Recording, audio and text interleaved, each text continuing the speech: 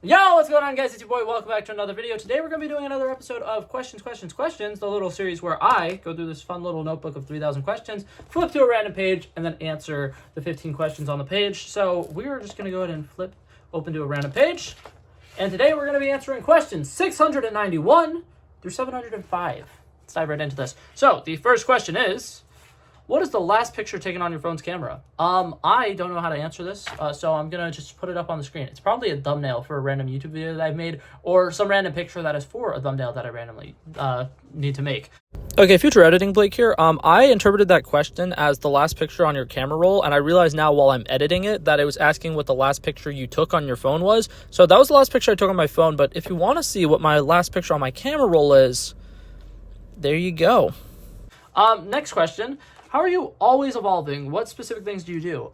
Dude, for YouTube specifically, I'm always trying to change my thumbnails, strategies for making different thumbnails. On my other YouTube channel, I do a really good job of changing in chapters, making new series. Once a month, I will typically try to do something new and see like what people think of it. And so far, I think I'm doing a really good job. I have a couple of specific shows that I have that I feel like work relatively well. So I would say just kind of like growing the YouTube, as the kids say. The next question, who or what was the subject of your favorite school assignment or essay? Okay, so the specific subject on like what I had to do for the project was Americo Vespucci, and one of my teachers, he was a history teacher, his name was Mr. Young, absolutely loved him to death. He kind of was like, like the movie trope where there's like a teacher who kind of like takes in a group of all the weird kids and he kind of is like the greatest like teacher ever for them. He was kind of that, like 100%. He taught us Dungeons and Dragons and everything. He was great. And for his class, something that he would do for his projects, he would grade you on how creative your project was, more than just like the information that you present, because anybody can do research, anybody can put facts on a slideshow, but the big thing was your presentation was a very big part of your grade. So you could do like songs, and if you did a song, he would grade you less harshly because it takes a lot of bravery to do a song, and a couple of different things. Like he had like, you could do like a video. If you wanted to do like a 3-act play, you can do that. And me and my friends would usually do songs, and basically you would just like pick a random song, do a parody of it, and then when you perform it, you'd play the karaoke version of the song and sing it. And for this project, usually we were allowed to have a partner, but one day he kind of was like, okay, this squad is a little too powerful. We need to nerf them, because me and my friend groups, we would just like alternate partners every single time. And he was like, okay, you all need to make your own song this time. And I, in my opinion, did the best out of my friend group. And like, I love them. They're all fantastic. They're all great. But for mine, I did Americo Vespucci, and I did a cover of the song, That's What Makes You Beautiful, but instead it was That's Who Mapped America, because that was the only thing that Americo Vespucci had going for him, was he was the guy who made maps during the exploration period of America. The main reason I was really proud of that assignment is because after we finished it, my teacher was just like, fuck, you made a better song than I did. Because for a lot of these courses or whatever, for a lot of these projects, he would have his own song and everything prepared so that, like, if people wanted an example, he could pull up his song. And he had a song also for Americo Vespucci, and he was like, yeah, no, yours is definitely better than mine. And I was like, goated with the sauce. It was fantastic. I miss One Direction. If they ever do a reunion tour, I'm there immediately. Anyways, next question. How important is physical fitness to you? I try to go to the gym as often as possible. Right now I'm kind of slacking, but I've been working, I'm working 8 days in a row, and recently my work schedule changed from me working 30 hours every week to 38 hours every week, and that extra 8 hours is still in just the same amount of like days. So like all of my days have just been insanely long. So right now I'm not doing a great job, but I'm gonna put the screenshot up on the screen because I'm really proud of this. One of the days last week, I walked 35,000 steps. That's crazy to me. But the one day on this, hold up, I'm going to pull the screenshot back up. The one day on this that I am, like 10,000 less, I think it's the Thursday. For reference, came in at 6 o'clock that day. Every other day, I typically will walk 10,000 steps in the first 2 hours of my day, because I'll work 4 a.m. to 6 a.m. or whatever. And I'm like, I just think that that's crazy. But yeah, the next question is, how close are you to your family? incredibly, and I am actually incredibly grateful for that because I still live under my parents' roof, and so do all three of my older sisters, and I really like it because we get to have like family dinners and stuff like that. We get to make a lot of memories still that we probably wouldn't be able to if we all lived in our own different places, especially since like all of my sisters kind of are like planning on moving to different places. Like my oldest sister is always like, oh, I'm gonna move to like Colorado, or I'm gonna move to what's it called, like North Carolina, and she did move to North Carolina. My youngest of my three older sisters, she wants to move to a place in South Florida, and it's like it makes me really sad thinking like, oh man, we're all going to be pretty far away from each other eventually, but right now we're close, and I'm hoping it stays that way. The next question: if you broke down on the side of the road, could you change your own tire without help? Here's the thing. I want to say I can, but I have like special lug nuts on my car because the person who owned the car before me got like a special custom rim, and one of the tires, me and my dad both were working together to rotate my tires one day, and we both struggled for a good 30 minutes to get it off. So if it's that tire, I might be fucked. If it's the other three, I'll be a-okay because I know how to do it. The problem is just, will I be able to when the moment arises, you know? I'm going to say yes, though, because I like to have confidence in myself. I suck at being confident, actually. Like, my insecurities, huge. Anyways, next question. Who or what has been your best teacher? I'm going to say the teacher I was talking about earlier, Mr. Young. He was fantastic. He was I'm not going to say he's a terrible teacher, but he was not a very good history teacher, but he was really, really good at, like, bringing some... How do I word this?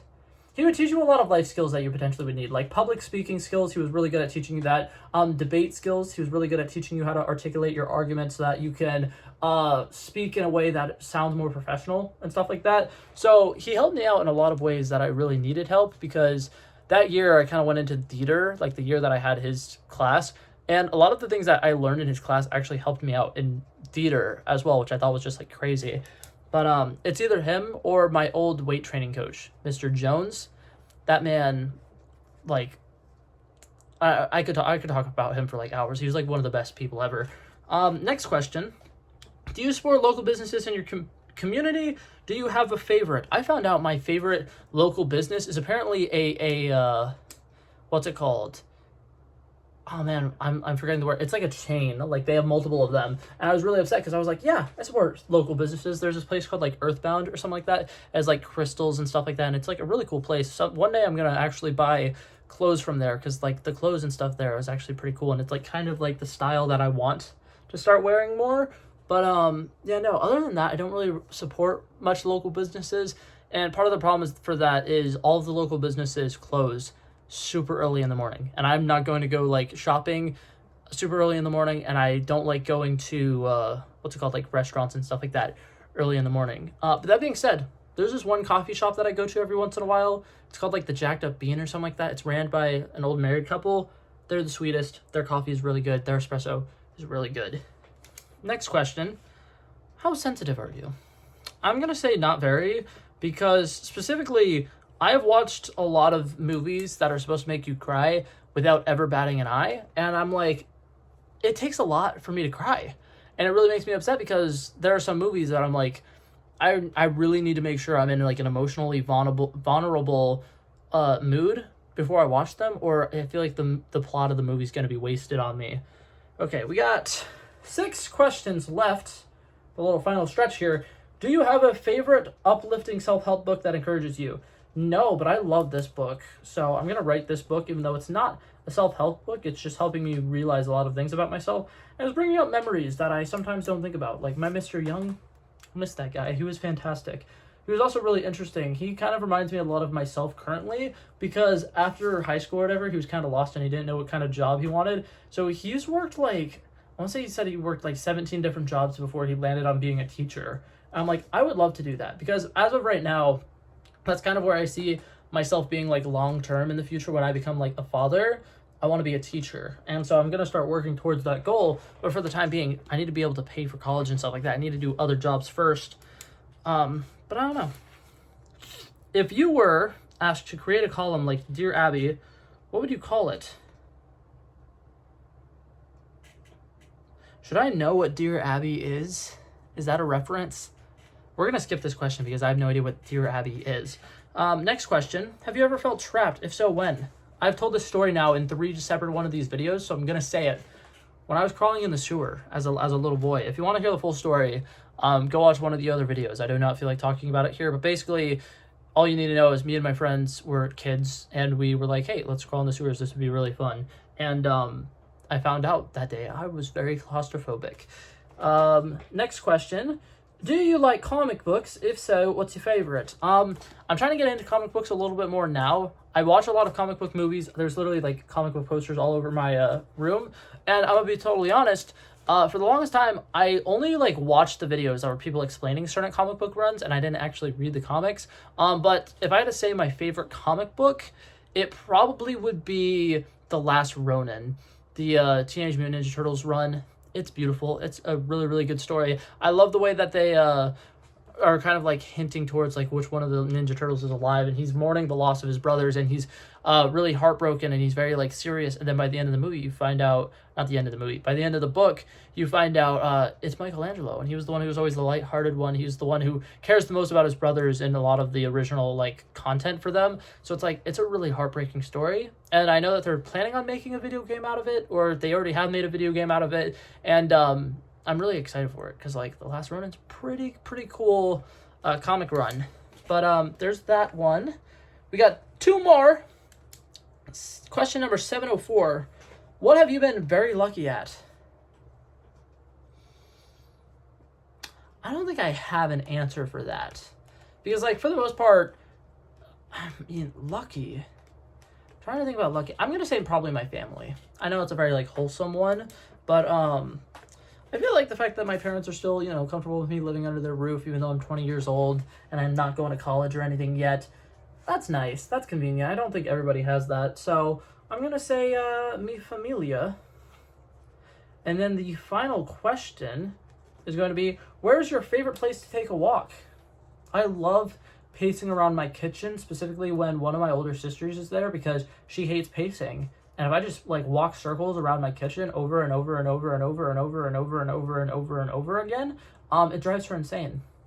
So that's going to be my answer. And that is it for today's video. Thank you guys so much for coming by and checking it out. I love and appreciate you guys so much for watching. If you liked it, feel free to like and subscribe. And I'll hopefully see you guys in the next one. Peace out. Bow. Bow. Bow.